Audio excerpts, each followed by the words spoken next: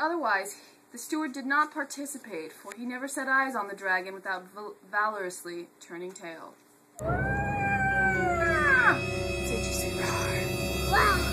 Tristan lost no time. He raced up with the speed and plunged his sword into the heart beside the spear, all the way up to the hand. He wrenched its jaws apart, cut off the tongue.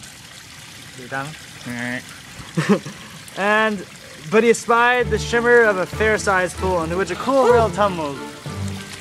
And into this he dropped all his armor, and he let himself sink to the very bottom.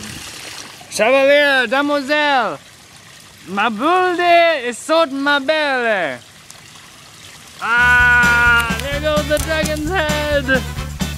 And the steward takes all the credit. He is alive, she said. That is certain. Now quickly take off his armor. If I am lucky enough to find that he has no death wound, the situation can be remedied. Yay! Tristan out of the water with the tongue! Yay!